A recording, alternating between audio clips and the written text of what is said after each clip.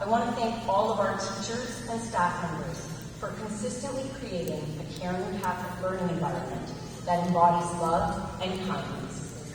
Graduates, I want each one of you to know how special you are. And while tonight is emotional and the end of an era, it is also the beginning of a new and exciting journey that is full of possibilities. I know I speak for Miss Ambrogi, Miss George, and myself when I say that we will miss your smiles, your athletic abilities, your knowledge of robotics, your heartfelt opinions, and your laughter. We are so proud of you, and our hearts are full of joy, admiration, and hope. Tonight is about all of you. It's about your hard work, your perseverance, and your courage that got you to this culminating moment. As you reflect on your high school career, and you remember all the stress over final assessments, exams, arguments with friends, drama on lunch, and simply trying to get to school on